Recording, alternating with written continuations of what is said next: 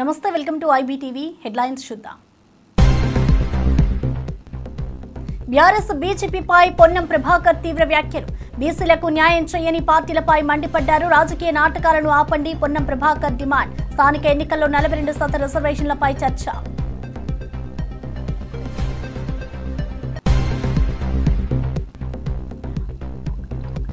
ఆంధ్రప్రదేశ్ గంజాయి హబ్ నుంచి విముక్తి చర్చనీయాంశం. చంద్రబాబుతో ఈగల్ ప్రణాళిక సంచలన మార్పులు. గంజాయి నియంత్రణలో కూటమి ప్రభుత్వ విజయం. గంజాయి సమస్యపై ఆంధ్రప్రదేశ్ కొత్త దారి.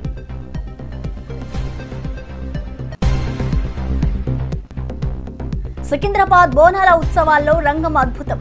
స్వర్ణలత భవిష్యవాణి. మహమ్మారి ముప్పుపై హెచ్చరిక. పాడి పంటలు పండుతాయని స్వర్ణలత వైద్యం. భక్తుల హృదయాలను అలరించిన స్వర్ణలత భవిష్యవాణి.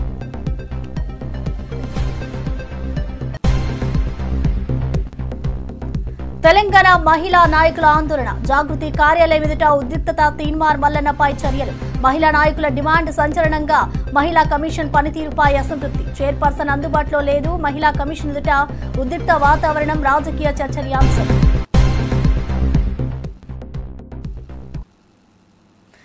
తాడిపత్రి చంద్రశేఖర్ గారు ఎర్రగొండపాలెం ఎమ్మెల్యే చంద్రబాబును తీవ్రంగా విమర్శించారు. అమ్మఒడి పథకం లోకేష్ తీసుకువచ్చినట్లు ప్రజలను మభ్యపెట్టే ప్రయత్నం చేస్తున్నారని ఆయన ఆరోపించారు. ఈ పథకం ఎవరు తీసుకువచ్చారో ప్రపంచానికి తెలుసని, చంద్రబాబు మాయవిల్లు మాటలతో ప్రజలను మరింత కన్ఫ్యూజ్ చేయాలని యత్నిస్తున్నారని అన్నారు. చంద్రబాబు మాటలు రాజకీయ వేదికపై సంచలనంగా మారాయి. ప్రజలు ఈ మాటలను పట్టించుకోవద్దని, వాస్తవాలను గుర్తించాలన్నారు. ప్రజలకి జగన్మోహన్ రెడ్డి గారి అద్భుత సృష్టి ఆ పథకం అనేటటువంటి సంగతి తెలియదా? ఆ నిజాన్ని కూడా మర్చిపోయి చంద్రబాబు నాయుడు గారు అబద్ధాలు ఎందుకు చెప్తున్నారు?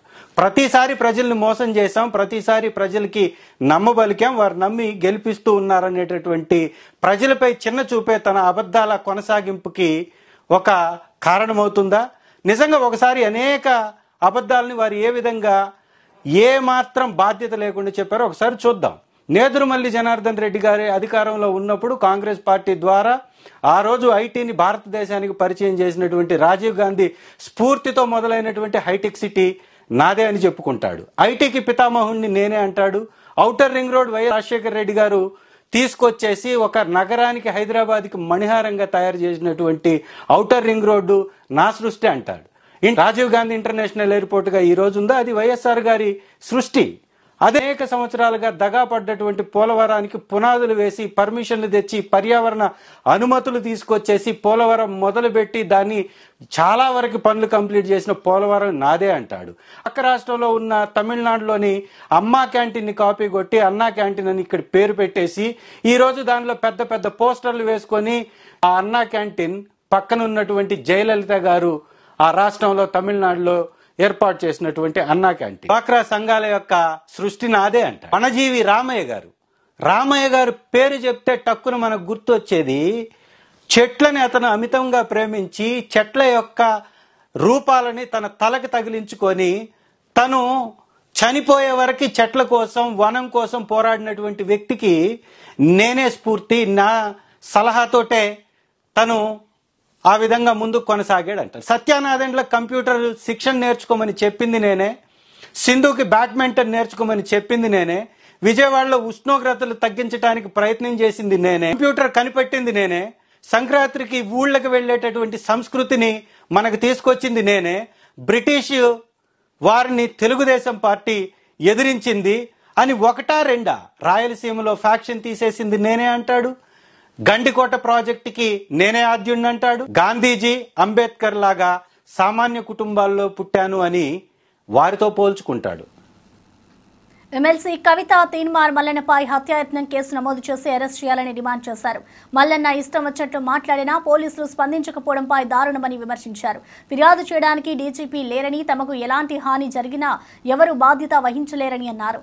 దాడి ఘటనపై సమగ్ర విచారణ జరపాలని, నిర్లక్ష్యంతో ఉన్న యంత్రాంగానికి ఇది గుణపాఠంలా నిలవాలని కవిత స్పష్టం చేశారు. ఈ విషయంలో కవిత కఠిన చర్యలు తీసుకోవాలని కోరారు. ఆఫీస్కి రావడం జరిగింది. దురదృష్టం ఏంటంటే డీజీపీ గారు మరి వాళ్ళ ఆదివారం కాబట్టి తను రాలేనని చెప్పడం, రాష్ట్రంలో ఒక మహిళా ఎమ్మెల్సీ పైన ఇంకొక బాధ్యత గల పదవిలో కలిగినటువంటి తీన్మార్ మల్లన్న లాంటి ఎమ్మెల్సీ గారు కమెంట్ చేస్తే కూడా, ఇష్టం వచ్చినట్టు మాట్లాడితే కూడా పోలీస్ యంత్రాంగం స్పందించకపోవడం దారుణం. మరి మా జాగృతి కార్యకర్తలు ఎవరైతే ఆవేదనతోని దుఃఖంతోని ప్రజాస్వామ్యయుతంగా ప్రశ్నించడానికి వెళ్ళినరో వారి మీద ఫైర్ చేపించడం అన్నది చాలా దారుణం. నిజంగా ఏమన్నా మా కార్యకర్తలకు అయి ఉంటే ఎవరు బాధ్యులు, మల్లన్న గారా, ప్రభుత్వమా, ఎవరు బాధ్యులు అన్నది తక్షణమే ఆన్సర్ చెప్పాలి. ఖచ్చితంగా అక్కడ జరిగినటువంటి సంఘటన మీద ఎంక్వైరీ చేపియాలి. గన్మెన్లను మిస్యూజ్ చేసుకునేటటువంటి, గన్మెన్లను తప్పుదోవ పట్టించేటటువంటి ప్రజాప్రతినిధి అయినటువంటి మల్లన్న గారి గన్మెన్లను తక్షణమే తీసివేయాలని చెప్పి నేను పోలీస్ శాఖ వారిని డిమాండ్ చేయడం జరిగింది. మల్లన్న గారు చేసినటువంటి ఈ యొక్క పనిని ఆయన ఆదేశంతోనే గన్మెన్లు ఫైర్ ఓపెన్ చేశారని నేను నమ్ముతా ఉన్నా కాబట్టి వెంటనే వారి మీద అటెంప్ట్ టు మర్డర్ కేసు కూడా రిజిస్టర్ చేయాలని పోలీస్ శాఖ వారిని నేను రిక్వెస్ట్ చేయడం జరిగింది. మరి ఇవాళ ఇంత పెద్ద సంఘటన రాష్ట్రంలో జరిగితే కూడా డీజీపీ గారు సెలవు దినంగా ఉండి ఇంట్లో ఉండి రాలేదంటే ఖచ్చితంగా దీని వెనుక ముఖ్యమంత్రి గారు ఉన్నారని మేము నమ్మాల్సి వస్తుంది. అందుకే మళ్ళొకసారి మేము మా తెలంగాణ జాగృతి తరఫున, తెలంగాణ ఆడబిడ్డలందరి తరఫున మేము ప్రభుత్వాన్ని డిమాండ్ చేస్తూ ఉన్నాము. మీరు తీన్మార్ మల్లన్న గారిని వెంటనే అరెస్ట్ చేయండి. మీ ఇంటి ఆడబిడ్డలపై అనుచితమైన వ్యాఖ్యలు చేసిండ్రని చిన్న చిన్న జర్నలిస్టులను మరి మీరు అరెస్ట్ చేసి జైల్లో పెట్టిండ్రు. మరి ఇంత పెద్ద మాట ఒక తెలంగాణ ఆడబిడ్డనైనటువంటి నన్ను అంటే మీరు చూస్తూ ఊరుకుంటే ఈ మాటలన్నీ కూడా మీరే అనిపించినని తెలంగాణ ఆడబిడ్డలు అనుకునే పరిస్థితి తెచ్చుకోవద్దని ముఖ్యమంత్రి గారిని నేను డిమాండ్ చేస్తూ ఉన్నాను. మరి మీ ఇంటి ఆడబిడ్డకో న్యాయం, తెలంగాణ ఆడబిడ్డలందరికీ ఒక న్యాయం ఉండొద్దని కూడా ముఖ్యమంత్రి గారిని నేను డిమాండ్ చేస్తూ తక్షణమే తీన్మార్ మల్లన్న గారి మీద మరి ఎంక్వైరీ వేయాలి. జరిగినటువంటి సంఘటన మీద ఎంక్వైరీ వేయాలి. ఎవరు షూట్ చేయమన్నారు, ఎందుకు గన్మెన్ షూట్ చేసి? మంగళగిరిని గుంతలు లేని రోడ్లు ఉన్న నియోజకవర్గంగా తీర్చిదిద్దేందుకు 100 రోజుల ఛాలెంజ్ ప్రారంభమైంది. మంగళగిరిలో చెత్త తరలింపు, రోడ్లపై గుంతలు పూడ్చేందుకు అధునాతన వాహనాలను వినియోగించాలని నిర్ణయించారు. ఉండవల్లి నివాసంలో మంత్రి నారా లోకేష్ లాంఛనంగా ఈ వాహనాలను ప్రారంభించారు. ఈ ప్రాజెక్టు ద్వారా మంగళగిరి ప్రాంతంలో సౌకర్యాల పెరుగుదలతో పాటు ప్రజల పట్ల నూతన ఆశలు జన్మించనున్నాయి. లోకేష్ ఈ కార్యక్రమాన్ని విజయవంతంగా ముందుకు తీసుకువెళ్లాలని పట్టుదలతో ఉన్నారు.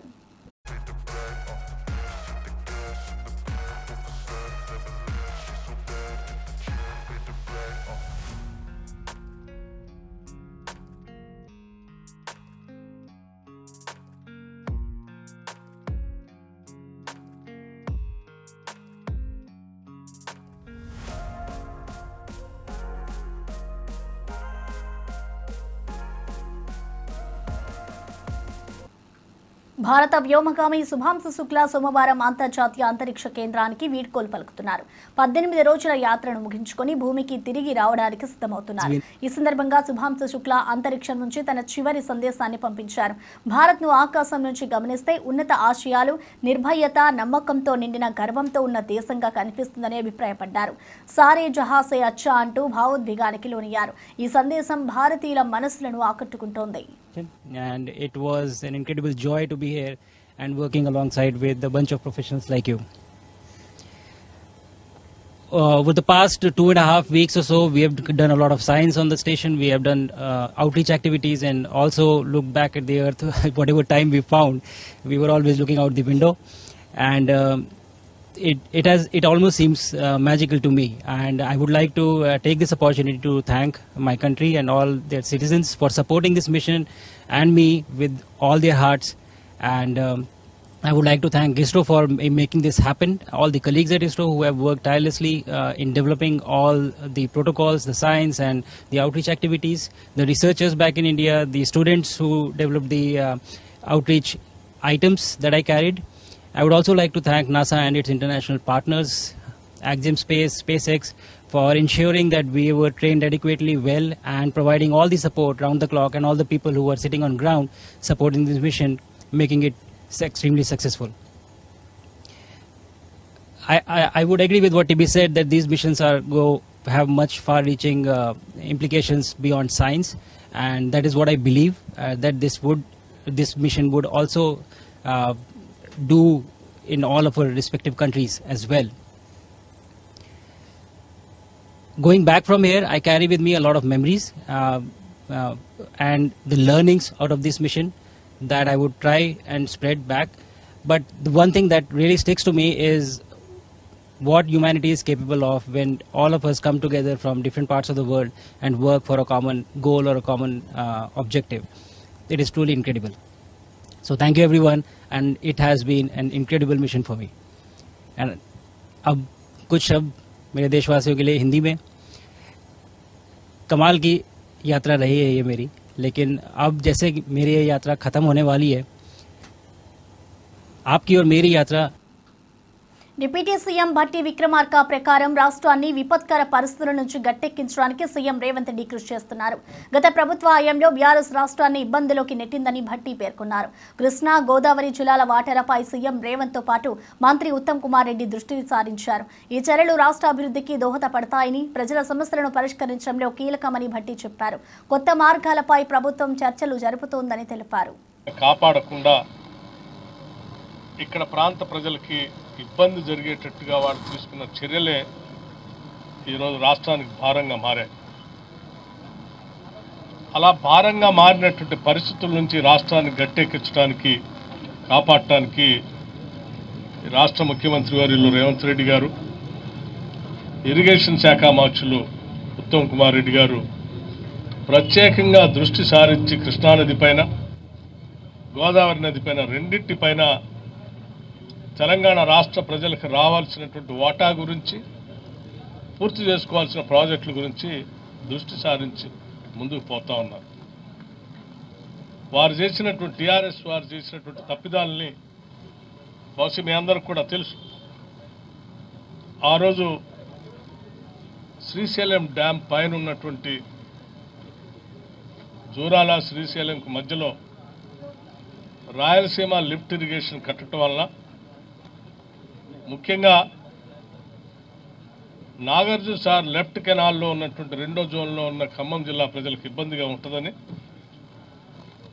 అట్లాగే మొదటి జోన్లో ఉన్నటువంటి నల్గొండ జిల్లా వాళ్ళకు కూడా కొంత ఇబ్బందిగా ఉంటుందని పదే పదే వాస్తవ పరిస్థితుల్ని ఆనాటి కాంగ్రెస్ పార్టీ పెద్ద ఎత్తున ప్రజల సమక్షంలో మీడియా సంస్థల నాయకత్వంలో వారి మధ్యలో కూడా ప్రజెంటేషన్స్ ఇవ్వటం కూడా జరిగింది. మరి నాగార్జున సాగర్ లెఫ్ట్ కెనాల్కి వచ్చేటువంటి ఈ మేజర్ కెనాల్లో రోజుకి నియరింగ్ అబౌట్ 1 TMC నీళ్లు డ్రా చేసుకోవడానికి అవకాశం ఉంది. అటువంటిది శ్రీశైలం పైన పర్ డే 11 TMC. హోంమంత్రి వంగలపూడి అనిత ప్రకారం గతంలో ఆంధ్రప్రదేశ్ గంజాయి హబ్గా ఉండేది. ఇతర రాష్ట్రాల్లో గంజాయి దొరికితే దాని మూలాలు ఏపీలో ఉన్నాయని చెప్పేవారని గుర్తు చేశారు. అయితే గత ఏడాది కాలంగా కూటమి ప్రభుత్వం చేసిన కృషి కారణంగా గంజాయి నియంత్రణ సాధ్యమైందని తెలిపారు. ఈగల్ అనే పేరుతో ఈ మార్పు కోసం సీఎం చంద్రబాబు స్వయంగా ప్రతిపాదన చేసినట్లు అనిత తెలిపారు. ఈ చర్యలతో రాష్ట్రాన్ని గంజాయి సమస్య నుంచి విముక్తి కల్పించాలని, మరింత జాగ్రత్తగా ఉండాలని అన్నారు.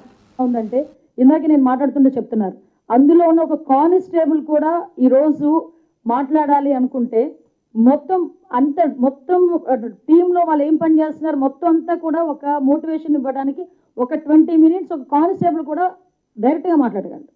అంటే ఈరోజు జనరల్గా ఉన్న పోలీస్ కూడా ఏదైనా కంప్లైంట్ పెట్టాలంటే ఈగల్కి పనిచేస్తున్న కానిస్టేబుల్ ఫోన్ చేసి మేము ఏ యాక్ట్లు పెట్టచ్చు, మేము ఏంటి ఏ రకంగా మేము దీన్ని ప్రొసీడ్ అవ్వచ్చు అని అడిగే పొజిషన్కి ఈరోజు చేస్తుంది. అంటే ఈగల్లోనే 3 టాస్క్ ఫోర్స్ కేంద్రాలుగా పెట్టుకున్నాం. ఒకటి వైజాగ్, విజయవాడ అండ్ రాజమండ్రి. వైజాగ్ అక్కడ కూడా మనం ప్రత్యేకంగా టీంని ఏర్పాటు చేసుకొని ఏదైతే మనకి ఏజెన్సీ నుంచి వస్తుందో గంజాయి వస్తుంది, సరఫరా అవుతుంది అనుకున్న ప్లేస్ని కొన్ని హాట్స్పాట్లు గుర్తించాం. ఈ విషయం కూడా ఇక్కడ మీకు ఒక విషయం కూడా చెప్పాలి. మేము అధికారంలోకి వచ్చిన నాటికి ఇంచుమించు మల్టిపుల్ వేస్ ఉన్న ఏజెన్సీ నుంచి కిందకు వచ్చే వేస్, కానీ ఎన్ని చెక్ పోస్టులు ఉన్నాయా అని ఆ రోజు అడిగితే 4 చెక్ పోస్టులు ఉన్నాయండి అన్నారు. ఆ 4 చెక్ పోస్టుల దగ్గర కనీసం సీసీ కెమెరాస్ ఉన్నాయా అంటే సీసీ కెమెరాస్ లేవండి అన్నారు. అంటే అటువంటి పొజిషన్ నుంచి ఈరోజు చాలా వేరే సెక్టార్స్లో సీసీ కెమెరాస్ ఏర్పాటు చేసుకోవటం, చెక్ పోస్టులు ఏర్పాటు చేసుకోవటం, ఎక్కడి నుంచి అయినా లాస్ట్ గవర్నమెంట్లో 2019 to 24 ఇన్ బిట్వీన్లో ఈ గాంజా పెంచడం ఒక ఎత్తు, గాంజాని సరఫరా చేయడం ఒక ఎత్తు అయితే, ఏదో కుటీర పరిశ్రమలాగా స్మాల్ స్కేల్ ఇండస్ట్రీ లాగా ఈ గాంజా నుంచి ఈ హ్యాషిష్ ఆయిల్ ఏదైతే తయారు చేస్తారో ఆ మిషనరీస్ని ఇంట్లో పెట్టుకున్నారంట. ఇంట్లో పెట్టుకుని వాళ్ళే ప్రిపేర్ చేసి ఆ ఆయిల్ని కూడా సరఫరా చేసే పొజిషన్. ఎప్పుడైతే మనం ఈగల్ ఎస్టాబ్లిష్ చేసి ఈగల్ తాలూకా యాక్టివిటీస్ పెరిగినాయో అప్పటి నుంచి మొత్తం వాటన్నిటిని కూడా వాళ్ళు వదిలేసి వేరే వేరే రాష్ట్రాలకు కూడా తీసుకెళ్ళిపోయే పరిస్థితి. వాళ్ళు ఇక్కడ మనకు అటువంటి ఆపరేషన్స్ కూడా ఏమీ లేవు, జీరో ఆపరేషన్స్, అటువంటి ఆపరేషన్స్ అయితే జీరో. ఇది కూడా one of the best result.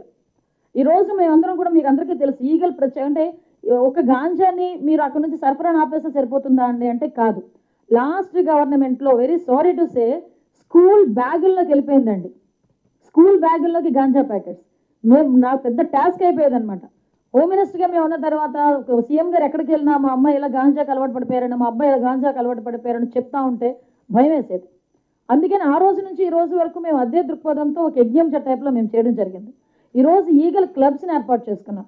స్కూల్లో కూడా చిన్నపిల్లల స్థాయి నుంచి కూడా వాళ్ళందరికీ కూడా అవగాహన కల్పించాలని గౌరవ విద్యాశాఖ మంత్రి నారా లోకేష్ గారి ఆదేశాల మేరకు ప్రతి కాలేజీలోని ప్రతి స్కూల్లోని కూడా ఈగల్ టీమ్స్ పనిచేస్తున్నాయి.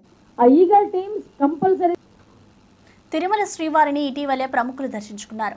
ఎంపీ బైరెడ్డి శబరి, కర్ణాటక మంత్రి లక్ష్మీ హెబ్బాల్కర్, మాజీ మంత్రి ముత్తంశెట్టి శ్రీనివాసరావు ఈ ప్రత్యేక దర్శనానికి హాజరయ్యారు. వీరి యాత్ర భక్తులను ఆనందపరిచింది. శ్రీవారి ఆలయంలో భక్తుల సందడి తీతిదేను ఒక పండుగ వాతావరణంగా మార్చింది. వీరి దర్శనం కారణంగా తిరుమలలో ప్రత్యేక ఏర్పాట్లు నిర్వహించారు. ఈ సందర్భాన్ని భక్తులు ఎంతో ఉత్సాహంగా జరుపుకున్నారు.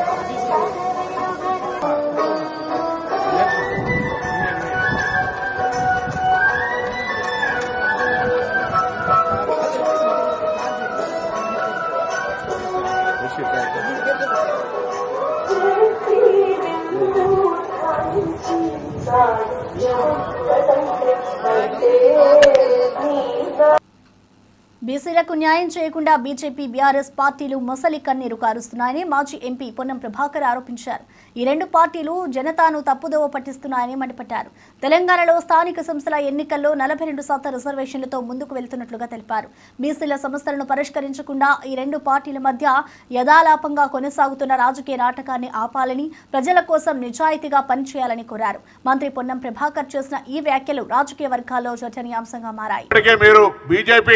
టీఆర్ఎస్ పార్టీలు రెండు ఒకటే, ఢిల్లీలో చూస్తే గలీలో కూర్చొని ఇద్దరు వాయిస్ ఒకటే. చూడండి ఏం మాట్లాడినా వాళ్ళు ఇద్దరు కలిసి దొంగ దొంగ అన్నట్టుగా ఇద్దరు కూడా కలిసి కాంగ్రెస్ పార్టీని సిద్ధాంతపరంగా వ్యతిరేకించడానికి బీసీలకు చేస్తున్న న్యాయాన్ని అనుమానాస్పదంగా ఒక చిత్రీకరించే ప్రయత్నంలో మీరే న్యాయపరమైన చిక్కులు తెచ్చే విధంగా పార్టీనే ఆనాడు మండల్లో కమండలు ఎట్లా అన్నారో ఇప్పుడు లీగల్ ఇష్యూస్ తెచ్చే ప్రయత్నం చేస్తున్నా. అట్లా మీరు తేనట్టయితే బరాబర్ తెలంగాణ 42% రిజర్వేషన్తో ముందుకు పోతుంది. ఈ తెలంగాణలో స్థానిక సంస్థలలో 42% ప్రజాప్రతినిధులు పెరుగుతారు. మీకు ఇష్టం లేకపోతే ఇటువంటి మాటలు బయటకు వస్తూ ఉన్నాయి. ఇష్టం ఉంటే స్థానిక సంస్థల 42% బీసీ రిజర్వేషన్లు స్వాగతిస్తారు. కడుపులో కత్తులు పెట్టుకొని అలుముకున్నట్టుగా బీసీల గురించి ముసలి కన్నీరు గారుతున్నట్టుగా. అసలు నాకైతే అనుభవజ్ఞుడు లక్ష్మణ్ గారు మాట్లాడుతుంటే ఆయన ఆర్డినెన్స్ గురించి మాట్లాడతాడు, లేదా రాష్ట్రపతి గారి దగ్గర గురించి మాట్లాడతారు, లేదా ఎట్లా చెల్తుంది అంటాడు. అరే పెద్దోడివి, వయసులో పెద్దోడివి, అనుభవంలో పెద్దోడివి, పార్టీ అధ్యక్షుడు చేసినావు, రేపే మాపో జాతీయ అధ్యక్షుడు పేరు వస్తుంది. వీటన్నిటికీ మూలం భారతీయ జనతా పార్టీలో బీసీ నాయకులకు ప్రాధాన్యత ఇవ్వాలి కాబట్టి నీకు అర్హతలు వస్తున్నాయి. అది మర్చిపోయి ఇలా బీసీలకు అన్యాయం జరగటానికి పార్టీ పరంగా నీకు ఒకవేళ పెద్దలు నువ్వు తెలంగాణలో కాంగ్రెస్ పార్టీ తెస్తున్నదాన్ని వ్యతిరేకించు, నీకు ఆల్ ఇండియా ప్రెసిడెంట్ ఇస్తామని చెప్తే కూడా దయచేసి పోకన్నా. తెలంగాణ మహిళా కమిషన్ కార్యాలయం ఎదుట తెలంగాణ జాగృతి మహిళా నాయకులు ఆందోళనకు దిగారు. తమ ఫిర్యాదులను తీసుకునేందుకు చైర్పర్సన్ అందుబాటులో లేకపోవడంతో నిరసన వ్యక్తం చేస్తున్నారు. ముఖ్యంగా తీన్మార్ మల్లన్నపై చర్యలు తీసుకోవాలని మహిళా నాయకులు డిమాండ్ చేస్తున్నారు. కమిషన్ పనితీరుపై అసంతృప్తి వ్యక్తం చేస్తూ వెంటనే స్పందించి తమ సమస్యలు పరిష్కరించాలని కోరారు. ఈ ఘటనతో మహిళా కమిషన్ ఎదుట ఉద్రిక్త వాతావరణం నెలకొంది. నాయకుల నిరసన రాజకీయ వర్గాల్లో చర్చనీయాంశంగా మారింది.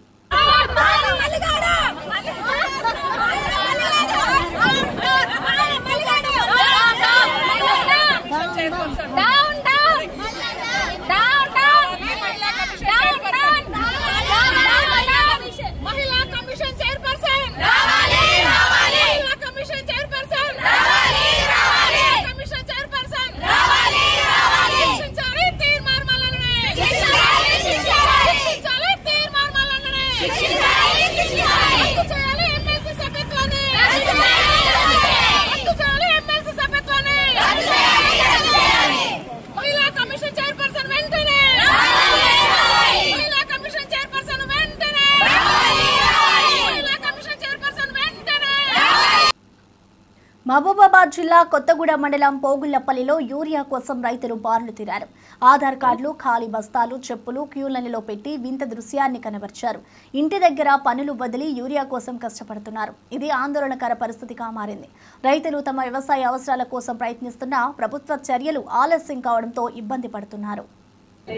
ఇక ముందోళ్ళు ముందే ఉన్నారు, వెనుకోలు ఉన్నారు. ఇక ఒకరు ఉన్నోళ్ళు వేసుకుంటాను, లేని వాళ్ళు చూసుకుంటాను అన్నట్టుగా ఉంటది బాధ. ఎట్లా చేయాలని 34 కిలోమీటర్లు మొన్న వచ్చిపోయినాం 6,000 కిరాయి పెట్టుకొని, మళ్ళీ ఈ రోజు వచ్చినాం 6,000 కిరాయి పెట్టుకొని. వచ్చేసరికి 3 బస్తాలు వేస్తామంటున్నారు. ఇదేం న్యాయం సార్? ఇట్లా ఎన్ని రోజులు తిరగాల మేము? ఇక ఈ పనులు చేయొద్దా? ఈ ఊరియల కోసమే తిరగాల మేము? ఊరియల కోసం తిరుగుతుంటుండి పనులు పోవాలా సార్? చేనులు ఏం చేయాలా? చేనులు కోతులు తింటానే, అన్ని ఆగమాగం అయిపోతానే. ఇట్లా ఎన్ని రోజులు ఇబ్బంది పడాలి మేము? ఎన్ని రోజులు తిరగాలి ఇట్లా? మా తిరుమల గని గ్రామ పంచాయతీ ఇక్కడ ఏంటి అంటే పిండి కట్టాల కోసం పొద్దుననగా చీకటితో వచ్చి ఇక్కడ లైన్ లో నిలబడి ఎండలో కనీసం నీడ అనేది లేకుండా ఎండలో నిలబడి అన్నం లేకుండా కూర్చొని పొద్దుననగా వచ్చారు. కనీసం వాటర్ తాగడానికి కూడా మంచినీళ్ళు లేవు. ఇక్కడ పిండి కట్టాలు తీసుకోవడానికి ఎంతో దూరం నుండి వచ్చినా కనీసం ఒకటేంటంటే నా అభిప్రాయం ఏంటంటే మొన్నలాగానే దూరం వాళ్ళకి ఐదు ఇవ్వాలి. అంత దూరం నుండి వచ్చింది దుబ్బగూడెం, రామారం, కన్నగండి ప్రస్తుతం మొన్నలాగానే ఇవ్వండి. మిగతా వాళ్ళకి లోకల్ వాళ్ళకి కూడా చూసి 2 ఇస్తారా 3 ఇస్తారా అనేది ఏవో కాకుండా వీళ్ళు చూసి ఇవ్వాలి. దూరాన్ని దగ్గర చూసి లోకల్ కాకుండా. అది ఏదాలపల్లి. నా పేరు చంద్రకళ.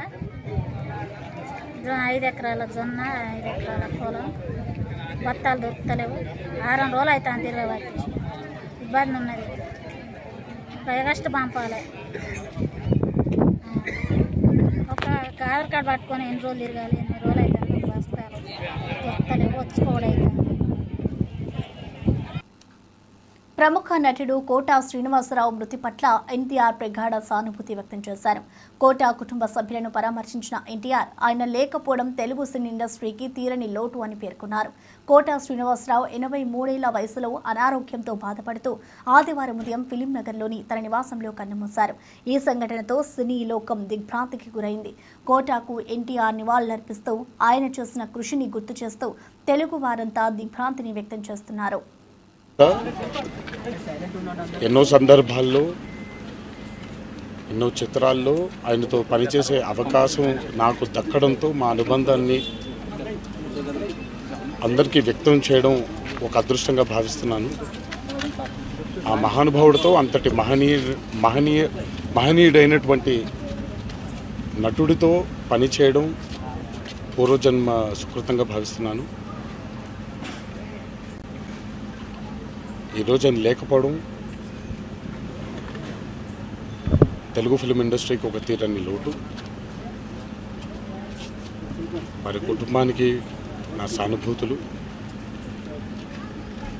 ఆయన ఎక్కడున్నా ఆయన చల్లని చూపు మనందరి మీద ఉండాలి అని ఆ భగవంతుడిని ప్రార్థిస్తున్నాను.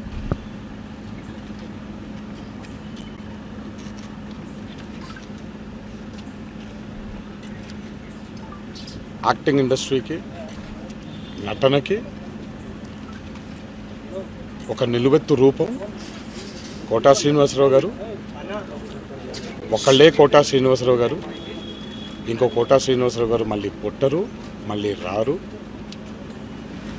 అందుకే నేను అందరికీ విజ్ఞప్తి చేసేది ఏంటంటే, ఎమ్మెల్సీ వరదు కళ్యాణి తాజా వ్యాఖ్యలు రాజకీయ వర్గాల్లో చర్చనీయాంశంగా మారాయి. 3 మాటల్లో కూటమి పాలనను అప్పులు, అవినీతి, అరాచకముగా అభివర్ణించిన కళ్యాణి గత ఏడాది పాలన తర్వాత ప్రజల్లో వైఎస్ జగన్పై నమ్మకం పెరిగిందని అన్నారు. చంద్రబాబు నాయుడుపై ప్రజలు మోసపోయారని, వారి విశ్వాసం తగ్గిందని స్పష్టం చేశారు. ఈ వ్యాఖ్యలు రాజకీయ వర్గాల్లో సంచలనంగా మారాయి. జగన్ ప్రభుత్వంపై ప్రజల నమ్మకం ఎలా పెరిగిందో చెప్పుకుంటున్నారు. చంద్రబాబు నాయకత్వం మీద విమర్శలు కొత్త చర్చలకు దారితీస్తున్నాయి. ఈ కూటమి అధికారంలోకి వచ్చి ఏడాది గడిచింది. ఏడాది కాలంలో ప్రజలందరికీ అర్థమైంది జగన్ అంటే నమ్మకం, చంద్రబాబు నాయుడు గారు అంటే మోసం అనేసి. అంత దారుణమైన పాలన చంద్రబాబు నాయుడు గారు పరిపాలిస్తూ ఉన్నారు. ఎన్నికల టైంలో ఇంటింటికి బాండ్స్ ఇచ్చారు. మేము జూన్ 4వ తేదీన ఎన్నికల్లో గెలుస్తాము, ఆ నెల నుంచే ఈ మేనిఫెస్టోలో ఇచ్చిన హామీలన్నీ కూడా అమలు చేసేస్తాము అని చెప్పి చూస్తే 13 నెలలైనా ఒక్క హామీ కూడా సరిగ్గా అమలు చేయని పరిస్థితి మనందరం చూసాం. అందుకే ఈ ఏడాది పాలనని ప్రజలు అంటూ ఉన్నారు. ఒక్క మాటలో చెప్పాలంటే వంచన అంటూ ఉన్నారు. 2 మాటల్లో చెప్పాలంటే విధ్వంసం, విశ్వాసఘాతకం అంటూ ఉన్నారు.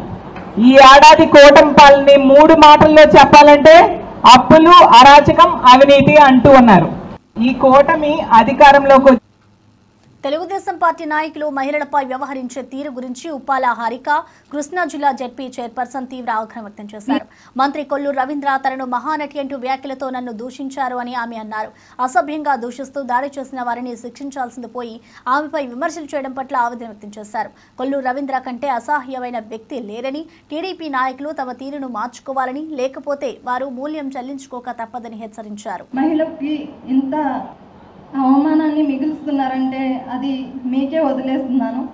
అదే మీ రాము గారు చెప్పారు మీ కుటుంబంలో ఎవరికి జరగకూడదని. కానీ నేను అడుగుతున్నాను, మీరు మీ గుండెల మీద చేయి వేసుకొని మీ కుటుంబ సభ్యులు కారులో వెళ్తూ ఉండగా మీపై ఇలానే దాడి చేసి మిమ్మల్ని కూడా ఇదే రకంగా అసభ్యంగా మాట్లాడుతూ మీ వాళ్ళని కూడా ఇలా మాట్లాడితే మీరు ఆవిడని అంటారా, మీ కుటుంబ సభ్యులను అంటారా, లేకపోతే ఎవరైతే మీ మీద దాడి చేసిన వారిని అంటారా? ఒక్కసారి ఆత్మ పరిశీలన చేసుకుని ఒకసారి ఎవరైతే మా మీద నిందలు వేస్తున్నారో వారు ఆ వీడియో క్లిప్పింగ్స్ అన్నీ చూసి మీకు వీలైతే శిక్షించండి. ఒక మనిషిగానైనా బ్రతికుంటారు. లేదా శిక్షించలేకపోతే ఈ విషయం గురించి దయచేసి మాట్లాడకండి. నన్ను ఇంకా ఇంతకన్నా దిగజార్చి మాట్లాడేలా చేసుకోవద్దు. ఎందుకంటే ఈరోజు రాష్ట్రంలో నేను చాలామందికి తెలియదు, ఈ జిల్లా వరకు తెలుసు. కానీ ఈరోజు రాష్ట్రం అంతా కూడా బడుగు బలహీన వర్గాలే కాదు, ప్రతి ఒక్కరూ మహిళ కానివ్వండి, నా అన్నదమ్ములు అందరూ వచ్చి నన్ను పలకరించారు, ధైర్యం చెప్పారు. ఈరోజు ఈ మీటింగ్కి నేను రానని చెప్పాను. నేనేం తప్పు చేయకపోయినా నాకు మొహం చూపించడం ఇష్టం లేదు.